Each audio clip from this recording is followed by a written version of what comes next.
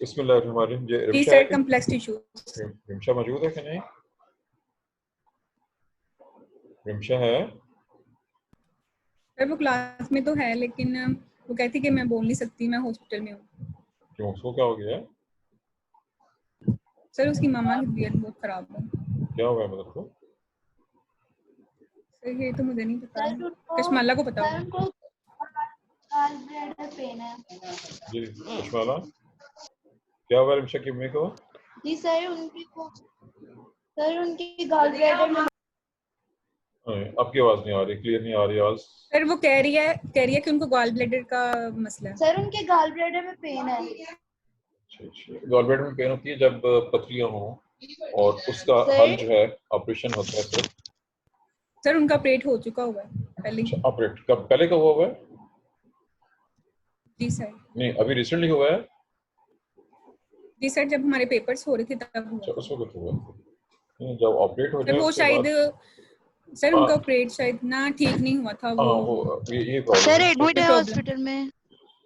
जी। ज़ाहिर है ऑपरेशन में कोई ना कोई प्रॉब्लम होगी तो इन्फेक्शन, क्योंकि इन्फेक्शन बस का जल्दी ठीक नहीं होती तो प्रॉब्लम पैदा हो जाती है। चलें ठीक है, कोई मसला नहीं है। और ये अटेंडेंस कौन मार्क कर रहा है, फिर लाइबा कर रही है? अटेंडेंस का रिकॉर्ड कौन रख रहा है? Yes sir. लाइबा आप यस कर सर रही मैं हैं? कर रही हूँ। चलें ठीक। Yes sir. चलिए, हमारा आज का जो टॉपिक है, मेरे लास्ट टाइम बात हो गई थी, हमारा पहला चैप्टर कंप्लीट हो गया। हमारा जो नेक्स्ट टॉपिक है, जो चैप्टर है, चैप्टर का नाम है कॉम्प्लेक्स टिश्यूज। चैप्टर का नाम है कॉम्प्लेक्स टिश्यूज।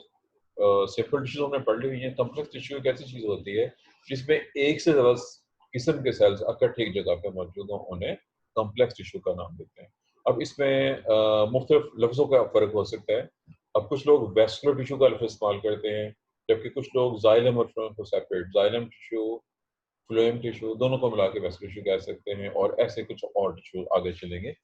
जाइलम सबसे इम्पोर्टेंट, सबसे अहम टिश्यू है कॉम्प्लेक्स टिश्यू के अंदर, जिसको हमें स्टडी करना है। मैंने कल इसका तारुफ आपको करा दिया था, और तारुफ इस तरह से किया था, मैंने ये कहा था कि इसमें जो चीज़ें हमने पढ़नी हैं वो ज़्यादा रिपीटेड हैं। जाइलम एक ऐसी कॉम्प्लेक्स टिश्यू है। अब चूंकि जाइलम के नाम से आप वाकिफ हैं, आप मैट्रिक से जाइलम का नाम पढ़ते आ रहे हैं। इसका मुझे अच्छा सा बैकग्राउंड बेहतर ये है कि मैं इसका हेडिंग लिख के दो दी ताकि कोई कंफ्यूजन है वो खत्म हो जाए। I am going to write some things. हमारा पहला हेडिंग है जी इसमें कॉम्प्लेक्स टिश्यू। कॉम्प्लेक्स टिश्यू वो टिश्यू होती है जिसमें मुख्तलिफ किस्म की सिंपल टिश्यूज मिल के इकट्ठी मौजूद हों। ऐसी टिश्यू को कॉम्प्लेक्स टिश्यू का नाम देते हैं। ये हमारा पहला पॉइंट। अब इसके बहुत सी टाइप्स हैं। इसकी पहली टाइप ये लफ्ज़ है वेस्कुलर टिश्यू। कुछ लोग ये लफ्ज़ इस्तेमाल करते हैं वेस्कुलर टिश्यू। अब कुछ लोग इसकी जगह पे सेपरेट जाइलम और ऐसे ही फ्लोएम, ये जो ज़्यादा इम्पोर्टेंट टॉपिक हैं वो मैंने ऐसा लिख दिए हैं। और आगे चलते जाएंगे तो ज़ाहिर है और टिश्यू का जिक्र भी आ जाएगा। ग्राउंड टिश्यू एक और भी लफ्ज़ है, उसके अंदर भी जैसे कि हम आगे देखेंगे बहुत सी चीज़ें हो सकती हैं। यहाँ पे हम इनकी चूँकि तारुफ तो हो गया। कॉम्प्लेक्स टिश्यू ऐसे टिश्यू है जिसमें डिफरेंट किस्म के सेल्स इकट्ठे मौजूद हों और एज ए ग्रुप वो काम कर रहे हों, एज ए ग्रुप काम कर रहे हों, डिमार्केटेड हों, क्लियर नजर आ रहे हों, ये ऐसे टिश्यू। अब चूँकि वेस्कुलर टिश्यू जनरल है, वेस्कुलर टिश्यू उस वक्त इस्तेमाल होगा जहाँ पे जाइलम फ्लोएम दोनों इकट्ठे मौजूद हों, जैसे कि मोनोकॉट्स में इकट्ठे होते हैं और दरमियान में कैम्बियम नहीं होती। लेकिन जो हायर प्लांट्स हैं, हायर प्लांट बीन के जो ट्रीज हैं, खासतौर पर दरख्त जिम्नोस्पर्म्स भी और एंजियल डाइकॉट एंजियोस्पर्म, उनमें जाइलम और फ्लोएम में कैम्बियम मौजूद है जो दोनों को डिफरेंशिएट कर देती है सेपरेट। चाहे हम जाइलम को एक अलहदा और फ्लोएम को एक अलहदा टिश्यू काउंट कर सकते हैं। ये मैंने तारुफ करा दिया है जी। और ये डायग्राम चूंकि मैं बहुत बार ड्रा कर चुका हूँ, इसको देखते ही आपको याद आ जाएगा कि आप इस डायग्राम से वाकिफ हैं। ये तो इतनी बार ड्रा हो चुकी है कि ये तो अब आपको बिल्कुल सोचना चाहिए था। मैं सिंपल डायग्राम एक ड्रा करता हूँ जी, रफ स्केच है, जल्दी जल्दी से ड्रा किया है मैंने। ये आपके सामने मैंने एक स्टेम का टीएस है। मैं अपनी सहूलत के लिए सिर्फ 4 दिखाऊंगा ताकि जल्दी बन जाए, ज़्यादा टाइम ना लगे। ये मैंने 4 वेस्कुलर बंडल दिखा दिए हैं और सिर्फ 1-2 जगह पर मैं शो करूँगा जी। ये मैंने लाइनें लगा दी हैं। This is X for xylem, this is P for phloem and यहाँ पे जो ये है C फॉर कैम्बियम। ये एक वेस्कुलर बंडल है, ये पूरे का पूरा एक वेस्कुलर बंडल है। और हम सिर्फ इस वक्त इस जाइलम की बात करेंगे जो यहाँ पर मौजूद है। Xylem is a complex tissue. जब हम जाइलम को काट के देखते हैं, अब आपके पास ज़ाहिर है बहुत सी बुक्स मौजूद हो सकती हैं, आपने अपनी बुक को देखना है, आपकी बुक में कोई डायग्राम, जो डायग्राम मैंने ड्रा की है मेरे ख्याल में ये आपने बता दीजिए आपकी बुक में ये डायग्राम जो मैंने बनाई है किसी बुक में ये डायग्राम है कि नहीं है। मैंने एक पूरा स्टेम काट के दिखा दिया है जिसमें जाइलम टिश्यू की लोकेशन, ये डाई कट स्टेम है जो मैंने ड्रा किया। आपके पास जो बुक्स हैं क्या इसने जाइलम टिश्यू की लोकेशन आपके पास शो की हुई है कि नहीं की हुई है? सर नो ये मेरे सर, पास डायग्राम है लेकिन बुक में नहीं है। नहीं, ये किसने कहा जी, जॉब किसने दिया है? सर ये मैं लाइबा बोल रही ला हूँ, ला ला मेरे पास डायग्राम है। डायग्राम कहाँ पे, बुक में है कि किसी वैसे स्टडी किया कहीं से? चले नहीं मैं सर, इंडिविजुअली ये बुक पे नहीं है। चलो ठीक हो गया, मैंने फिर डायग्राम आपको ड्रा करके बता दी कि ये मैंने एक डायग्राम ड्रा कर दिया है। जाइलम, ये जाइलम की लोकेशन है तो मैंने एक्चुअली बताया है कि मैंने डाइकट स्टेम के अंदर जाइलम, डाइकट स्टेम में जाइलम की लोकेशन आपको शो कर दी है कि जाइलम की लोकेशन ये होती है फ्लोएम के अंदर और के में बिल्कुल ज़्यादा है। इसके सेंटर में ये पी फॉर पिथ है, दिस इज पी फॉर पिथ, और यहाँ पे मैं कॉर्टेक्स लिख देता हूँ, ये कॉर्टेक्स टिश्यू। बहरहाल ये मैंने जाइलम टिश्यू की लोकेशन तो बता दी, लोकेशन ये होगी मोस्ट प्लांट्स के अंदर, जो कि मेजॉरिटी प्लांट डाइकट है। एक सेकेंड, जाइलम चूंकि कम्प्लेक्स टिश्यू है, कम्प्लेक्स टिश्यू इसलिए है कि इसके अंदर मुख्तलिफ किस्म के टिश्यूज मौजूद हैं। आप वो सारे के सारे नाम जिनको हमने यहाँ पे स्टडी करना है पहले से पढ़ चुके हो हैं। उनमें सबसे इम्पोर्टेंट सेल जो हैं वो वाले हैं जिनको हम ट्रैकीड्स और वेसल्स का नाम देते हैं। आपने ट्रैकीड्स का नाम भी पढ़ा होगा पहले से, टी फॉर ट्रैकीड्स है और वी फॉर वेसल्स है। ये दोनों वेस्कुलर टिश्यू की टाइप हैं। वेस्कुलर का नाम से पहले जानते हैं, पढ़ चुके हुए हैं। पी फॉर पेरेंट कामा है, आप पेरेंट कामा के नाम से वाकिफ हैं। एफ फॉर फाइबर है, आप फाइबर के नाम से वाकिफ हैं। मैंने जो भी नाम लिए हैं उनमें से अक्सर बेशतर ऐसे हैं जिनके नामों से आप पहले से वाकिफ हैं, और फाइबर्स की और पेरेंट कामा की तो मुकम्मल डिटेल्स पहले से एक्सप्लेन हो चुकी है। पर जाइलम की बात होगी, जी जाइलम सर। की लोकेशन डिस्कस होगी। ये बात होगी कि जाइलम एक कॉम्प्लेक्स टिश्यू है जिसमें मुख्तलिफ किस्म के सेल जुड़ के मिल के इकट्ठे, अब चूंकि मैंने डायग्राम जो ड्रा की है ये छोटी है, ये वाली, इसको अगर मैं बड़ा कर दूं, अब इसी डायग्राम को जो यहाँ बना हुआ है बहुत बड़ा करके दिखाने लगा हूँ। अब यहाँ पे तो कैम्बियम के सेल्स है जिसका जिक्र वहाँ पर डायग्राम में मौजूद है, और ये कैम्बियम है। इसके नीचे मैंने बाकी वेस्कुलर बंडल दिखा दिया। अब इसके अंदर जब, चूंकि मैं पहले कह चुका हूँ कि माउस के साथ डायग्राम बहुत अच्छी नहीं बन सकती होती, ये जो बड़े बड़े सेल्स हैं ये वेसल्स हैं, जो मैंने ये यहाँ पे लफ्ज़ इंडिकेट किया था, these are V for vessels. ये मोस्ट इम्पॉर्टेंट सेल है। यहीं पे फाइबर्स भी मौजूद होंगे, फिर उसके लिए यहाँ मैं फाइबर शो कर देता हूँ। ये वाले एफ फॉर फाइबर्स हैं। ज्यादातर सेल जो छोटे छोटे सेल यहाँ पे होंगे इस तरह से, ये पी फॉर पेरेंट का है, और कुछ पौधों में वैसल की जगह पे ट्रैकिड या दोनों भी इकट्ठे मौजूद हो सकते हैं। वैसल ट्रैकिड दोनों ही चूंकि वैसल होते हैं, कुछ पौधों में कमाइन और कुछ में लो प्लांट में सिर्फ ट्रैकिड्स होते हैं, हाई प्लांट में खासतौर पर वैसल्स मौजूद होते हैं। ये था जी, मैंने इसके अंदर जो सेल्स की टाइप्स हैं उनका जिक्र आपके सामने कर। अब जाइलम की ज़ात खुद आगे भी टाइप्स हैं। अगर ये लफ्ज़ आपको याद रहे हों तो मुझे यहीं पे एक्सप्लेन करने पड़ेंगे। क्या आप प्राइमरी और सेकेंडरी जाइलम के नाम से वाकिफ हैं पहले से? P for primary, P R आई लिखता हूँ ताकि वो कंफ्यूज ना हो जी जाए। सर। प्राइमरी और जी सर, सेकेंडरी। पढ़ा था। अब उसकी उसकी रीज़न ये है कि जो असल टॉपिक था, मैं टॉपिक बोल रहा हूँ, आपने सेकंड ईयर में प्राइमरी ग्रोथ और सेकेंडरी ग्रोथ, वहाँ पे सेकेंडरी ग्रोथ एक्सप्लेन हुई थी, प्राइमरी ग्रोथ नहीं थी, लेकिन जब आपने सेकेंडरी जी ग्रोथ सर। पढ़ी होगी तो आपके जहन में प्राइमरी का कंसेप्ट होना चाहिए। जब एक पौधा बीज से डेवलप होता है और डेवलप कर रहा होता है और लंबा हो रहा होता है, उसकी लंबाई में इजाफा हो रहा होता है, उस वक्त उस ग्रोथ को हम प्राइमरी ग्रोथ कहते हैं। जब तक प्राइमरी ग्रोथ हो रही है, पौधा लंबा हो रहा है, उसमें सिर्फ प्राइमरी जाइलम होती है। प्राइमरी जाइलम के साइलम, प्राइमरी जाइलम में जो वेसल्स हैं, जो सेल्स हैं, मोस्ट इम्पोर्टेंट वो छोटे साइज के होते हैं। लेकिन जब पौधा मोटा होना शुरू होता है, मैंने उर्दू का भी बोला है मोटा, टेक्निकल लफ्ज़ है गर्थ, जब उसकी गर्थ GARTH गर्थ मोटाई में इजाफा होना शुरू होता है, तो कैम्बियम से जो नए सेल डेवलप होते हैं वो बड़े साइज के होते हैं, उन्हें सेकेंडरी जाइलम का नाम देते हैं। ये प्राइमरी और सेकेंडरी जाइलम का मैंने तारुफ आपको करा दिया है, और जब हमारा टॉपिक आएगा ग्रोथ वाला तो वहाँ पे इसकी फर्दर डिटेल्स होंगी, ग्रोथ से रिलेटेड होगी, वहाँ पे एक्सप्लेन। अच्छा, अब दूसरा हिस्सा मैंने यहाँ पे सेल्स के नेम लिखे थे। जो सेल्स के नेम मैंने लिखे हैं उनको सिर्फ हिंट्स दिया है मैंने, टी, बी, बी और एफ। हमें इनको एक्सप्लेन करना है। इसमें से मैं पहले बता चुका हूँ कि जो नई चीज़ें हैं एक्सप्लेन होंगी, जो पुरानी चीज़ें हैं जैसे फाइबर हैं और ग्रेड है वो एक्सप्लेन नहीं हो सकती क्योंकि वो हम ऑलरेडी पढ़ चुके हैं। बहरहाल हमारे पास जाइलम एलिमेंट्स ये। अब मैंने लफ्ज़ जो बोला था, मैंने लफ्ज़ बोला है ट्रैकीड्स। आई एम श्योर लफ्ज़ आपको याद है, ट्रैकीड्स, क्योंकि ये जी सर।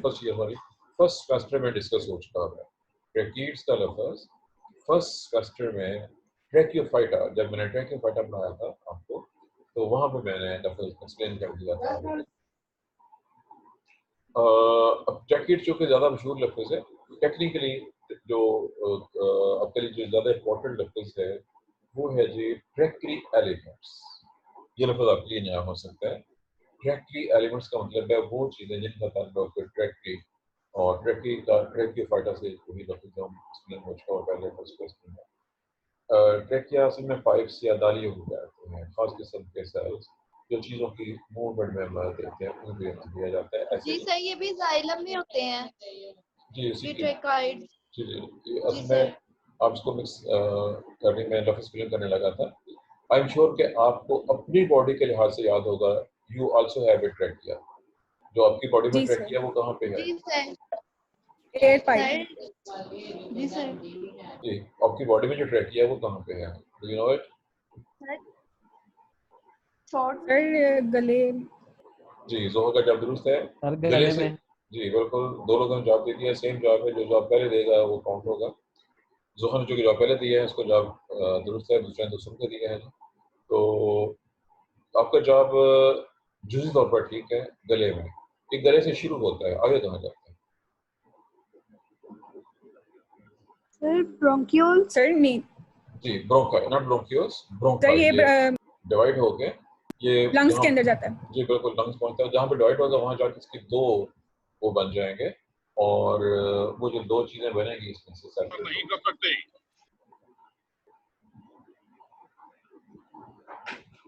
वो कहलाते हैं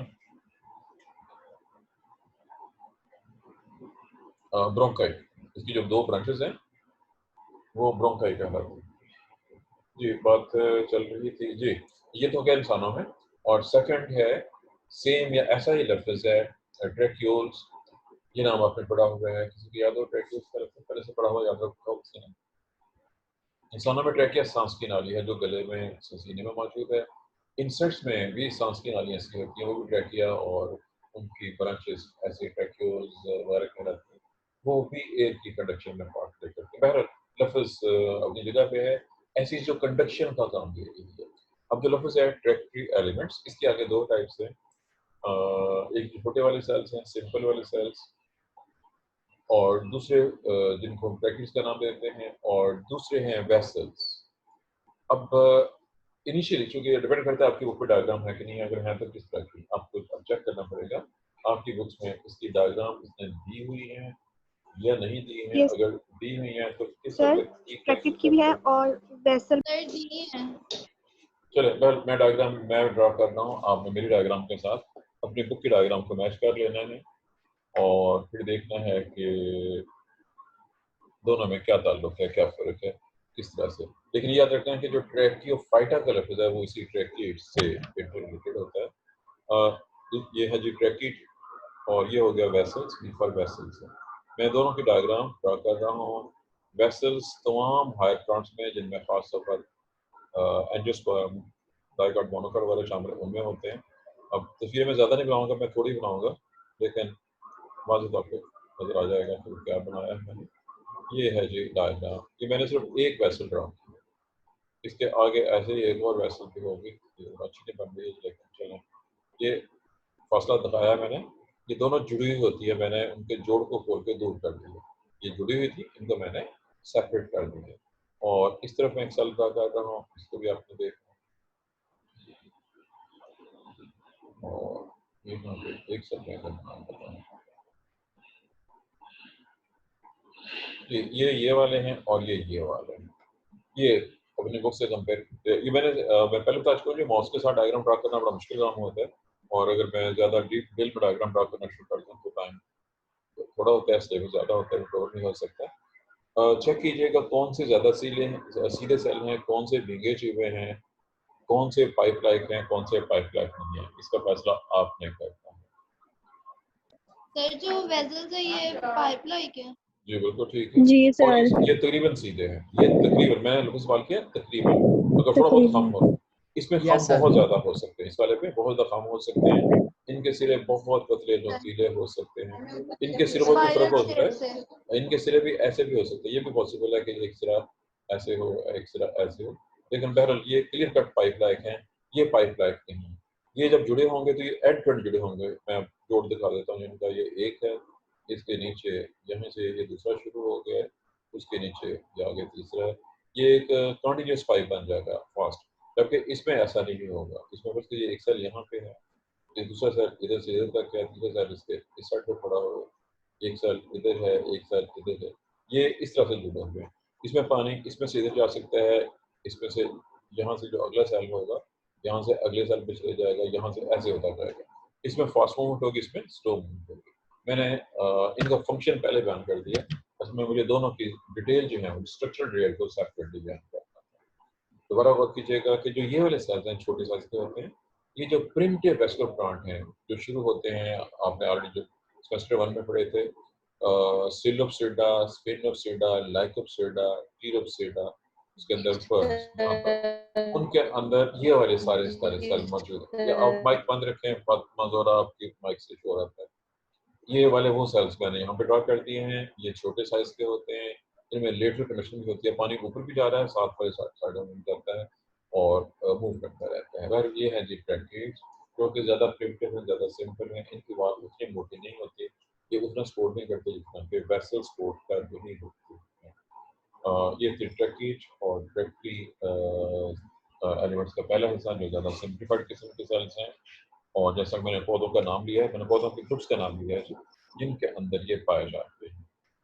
बहरहाल ये मौजूद हैं और इनका काम भी पानी की कंडक्शन है, पानी को नीचे से ऊपर की तरफ लेके जाना, नीचे में फिर रूट्स पानी को अब्जॉर्ब करती हैं, रूट्स में से पानी जो होता है वो ट्रैकिड से जाइलम का हिस्सा होता है, वो स्टेम में जाएगा, स्टेम से ब्रांचेस लीव में, लोअर प्लांट में चूंकि इस तरह के पौधे हैं उसके मुताबिक ये फसलों तक पहुँच जाएगा।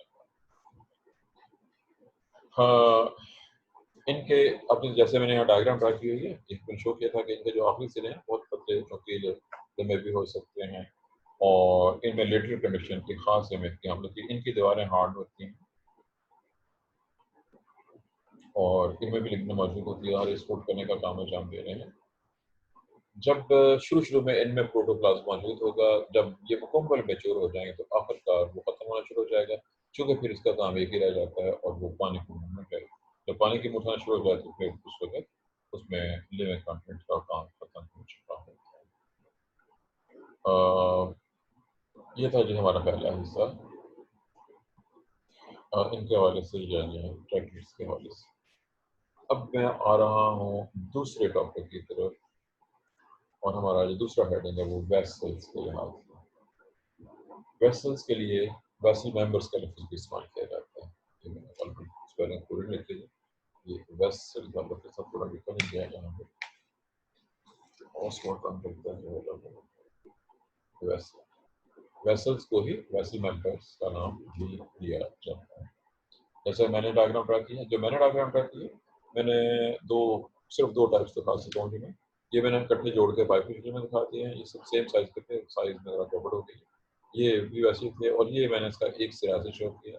ऐसा भी पॉसिबल है कि इसका ये सिरा मुकम्मल ओपन हो खुला हो ताकि फुल कंडक्शन हो जाए, या इसके दरमियान में ऐसे परफोरेशन यूँ भी हो सकती हैं, कुछ स्ट्रक्चर ऐसे मौजूद हो कि दरमियान में कुछ चीज़ें अटैच भी हैं, लेकिन रास्ता इतना खुला है कि चीज़ें बड़े आराम से, मतलब पानी और सॉल्ट है।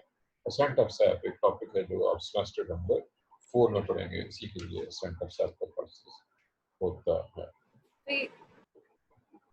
इसको अगर ऐसे हो, या देखिएगा अगर ऐसे हो तो ये एंड वॉल है,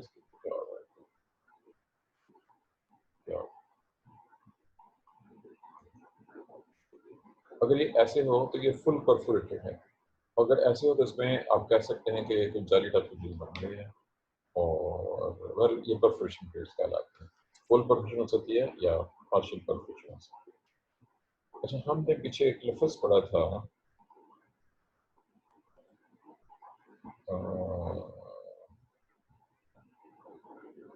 ये कहाँ पढ़ रहे थे टॉपिक जी, ये हमने पिट्स जहाँ पे आई थी, तो वहाँ पे पिट्स का और वहीं पे इनकी दीवार की थिकनिंग का जिक्र था। इनकी दीवारों के अंदर जो थिकनिंग थी, if you remember, spiral thickening, annual thickening, reticulate, scalariform और पिटेड स्किन है। ये नाम हम पीछे कहीं पढ़ चुके हैं, मैं वो वहाँ पे डिस्कस हो चुके जी हुए, सर। यहाँ पे उनको डिस्कस नहीं किया जाएगा। इस डायग्राम को दोबारा गौर से देखिए, जिसके अंदर मैं एरो भी लगा देता हूँ। ये वो एरो शो कर रहा है कि यहाँ से पानी और साल्ट्स का डिस्ट्रीब्यूशन, इसको सैप का नाम देते हैं। इस रास्ते से बेसिकली तो आम जुबान में उसको आम पत्ता पानी समझेगा, लेकिन उसमें पानी के साथ साथ साल्ट्स भी मौजूद होते हैं और डिस्ट्रीब्यूशन बनता है उसको सैप का नाम देते हैं, सेल सैप या सर जब ये सर सारा ऊपर की तरफ मूवमेंट करता है तो इसी को मेसेंट ऑफ सैप भी करते हैं। इस पानी के डिस्ट्रीब्यूशन को ऊपर जाने को सेंट ऑफ सैप का नाम भी आता है। वो कैसे जाता है, ये मैंने पॉइंट किया, ये आपके चौथे सेमेस्टर में शामिल है, प्लांट फिजियोलॉजी के अंदर शामिल है। परफोरेशन होगी, ये चूंकि मजबूत दीवारों वाले होते हैं, बहुत से वेसल इकट्ठी जगह पे हो सकते हैं। एक लफ्ज जो यहाँ पे आपने चेक करना है, आपकी बुक ने एक्सप्लेन किया कि नहीं किया। अगर नहीं किया तो फिर आपने वो पॉइंट याद करना है। ये पॉइंट मैं एक्सप्लेन कर चुका हूँ सेमेस्टर 1 में। टेक्निकल लफ्ज जो मैंने एक्सप्लेन किया था वो था प्रोटोजाइलम और मेटाजाइलम। चेक कर लें आपकी बुक में ये जी टॉपिक। सर आप याद है। जी, यहाँ पे आपकी बुक में मौजूद है कि नहीं, ये आपने सोच लेना है। प्रोटोजाइलम और मेटाजाइलम का जिक्र हो चुका होगा सेमेस्टर 1 में। सीजन के शुरू में जो सेल बनते हैं वो छोटे होते हैं और सीजन के एंड पे जो सेल डेवलप होते हैं वो ज़्यादा बड़े होते हैं। यहाँ पे मैंने तकरीबन ऐसे दिखा दिए।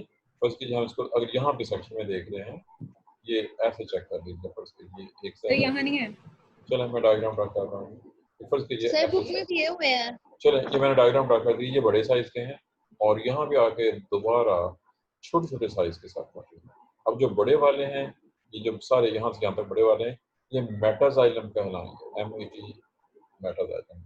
और ये छोटे वाले साइज हैं, इनको प्रोटोजाइलम कहा जाएगा। This is protoxylem. ये लफ्ज ऑलरेडी एक्सप्लेन हो चुका होगा सीजन के लिहाज से, अर्ली और लेट एज में। इसके लिहाज से हमने बहुत से टाइप पढ़ी थी जहाँ पे जाइलम फिल्म दोनों इकट्ठे अरेंज होते हैं। तो बहुत से नाम थे उसमें,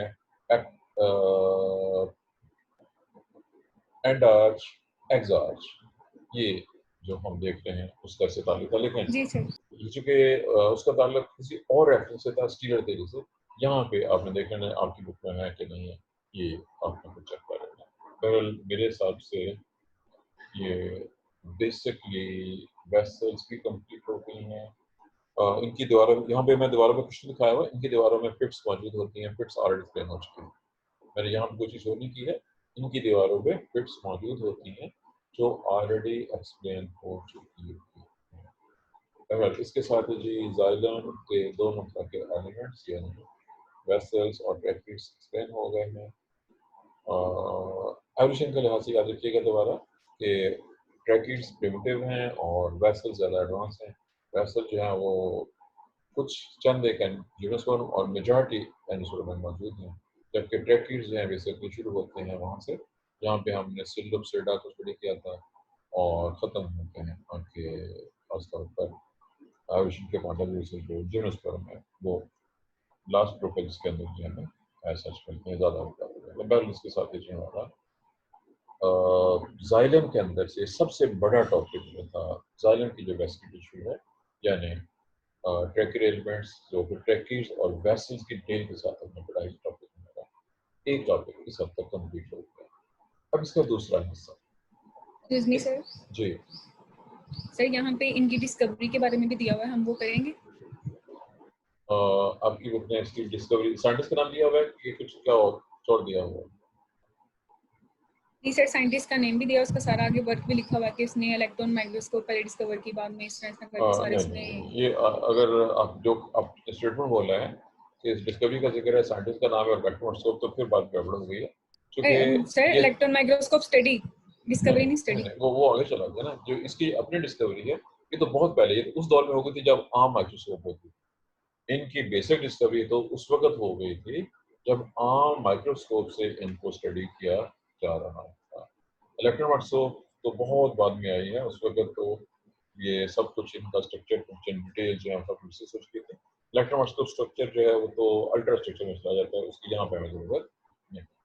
ये किस बुक ने दिया हुआ ये वाला स्ट्रक्चर इसमें? सर कौन ये सी भी बुक? कार्बन में दिया हुआ है। नहीं, किस बुक में दिया हुआ है? मैंने तो नाम से सर कार्बन में। कार्बन।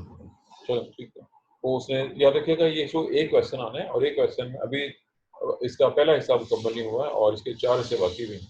जब में ये तो चूंकि मैंने पढ़ाना है इसको इस पॉइंट से है कि मैं बाकी से पहले करवा चुका हूँ।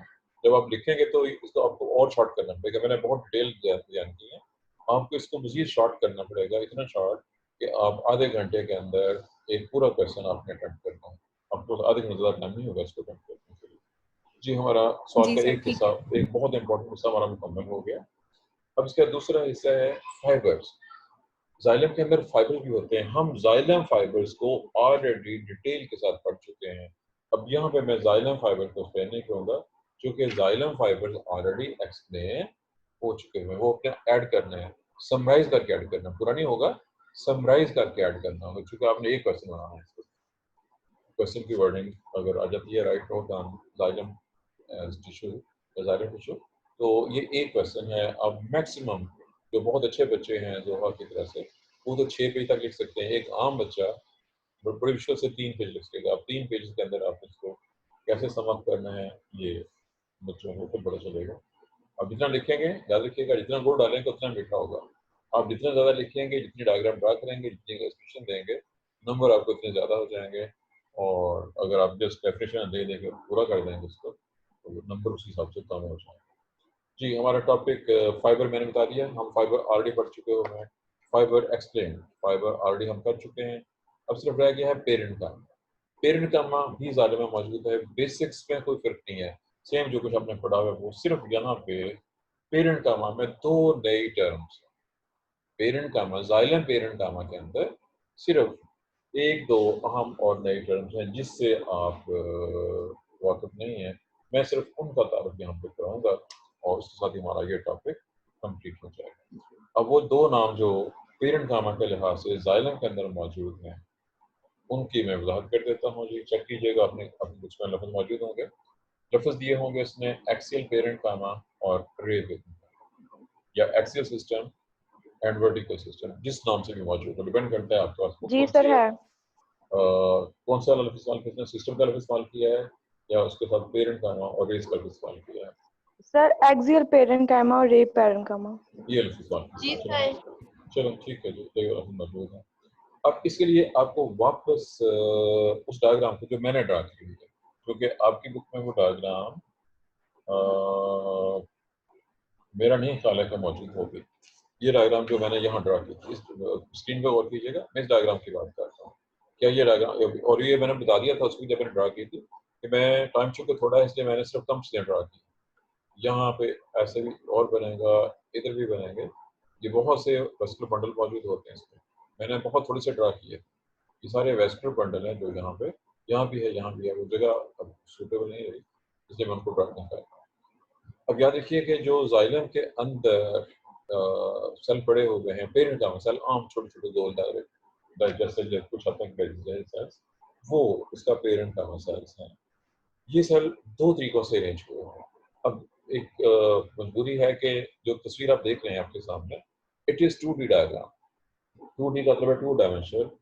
मैंने इसको, ये स्टेम था, स्टेम ये वाला था, ऐसे था, मैंने इसको यहाँ से काटा है और जो ये कट सरफेस है, इस कट सरफेस को अगर हम साइड से देख रहे हैं तो ये ऐसे नजर आ रही है और हम इसको टॉप से ऊपर से देख रहे हैं तो हमें ये नजर आ रहा है। हम इसको काट के माइक्रोस्कोप में रख के देखेंगे। अगर हम इसको काटते हैं और ये उसका सेक्शन तैयार करते हैं और फिर इसको माइक्रोस्कोप में देखते हैं तब जाकर हमको ये ऐसा नजर आएगा। ये कट है और ये ऐसे देख रहे हैं। अब इसमें जो चीज़ पड़ी हुई नजर आ रही है उससे तो आपको अंदाजा नहीं हो सकता ये कहाँ पड़ी हुई है। अगर आपके पास एक मॉडल मौजूद है, आप मॉडल समझते हैं, मॉडल क्या होता है, जो एक्चुअल फिजिकली कोई चीज़ मौजूद हो। याद रखिएगा कि इसमें इस एंगल के ऊपर भी और इसके राइट एंगल पे, राइट एंगल का मतलब होगा आप ऊपर से देख रहे हैं तो आपकी तरफ जो यहाँ से यहाँ जो सेल जो ऐसे पड़े हुए हैं, अगर कोई सेल उसके ये इधर इस एंगल में, मैं इसको बड़ा कर देता हूँ, जगह थोड़ी है, यहाँ बना देता हूँ। अगर तो सेल ऐसे पड़े हुए हैं जो मैं यहाँ पे ड्रा करता हूँ इस तरह से, तो ये एक्सियल पेरेंट काम है जो इस अलोंग यानी इधर से इधर कुछ चीज़ों की मूवमेंट में मार दे रहे हैं। अगर कुछ चीज़ ये सेल इधर से इधर लेके चीज़ों को जा रहे हैं, पानी को लेके जा रहे हैं या किसी चीज़ को लेके जा रहे हैं यहाँ से, तो ये एक्सियल कहलाए। और ये इस तरह से मौजूद है। अगर इसके ऊपर एट राइट एंगल, यहाँ पे राइट एंगल मतलब होगा कि इधर को, अभी मैं चूंकि ड्यूटी है मैं इसको नहीं, जब क्लास में आप प्रेजेंट तो फिजिकली बता सकता हूँ कि इसके ऊपर की तरफ क्या बात होगी, वहाँ जो लेके जाएंगे वो वर्टिकली प्रेजेंट होंगे इसके अंदर, और उस सिमत में भी दोनों सिमतों में मूवमेंट हो सकती है। ये याद रखिएगा जो ये जाइलम है यहाँ पे, इसमें ये यहाँ पे है, जो ये मैंने ड्रॉ किया था ये इससे ऊपर है,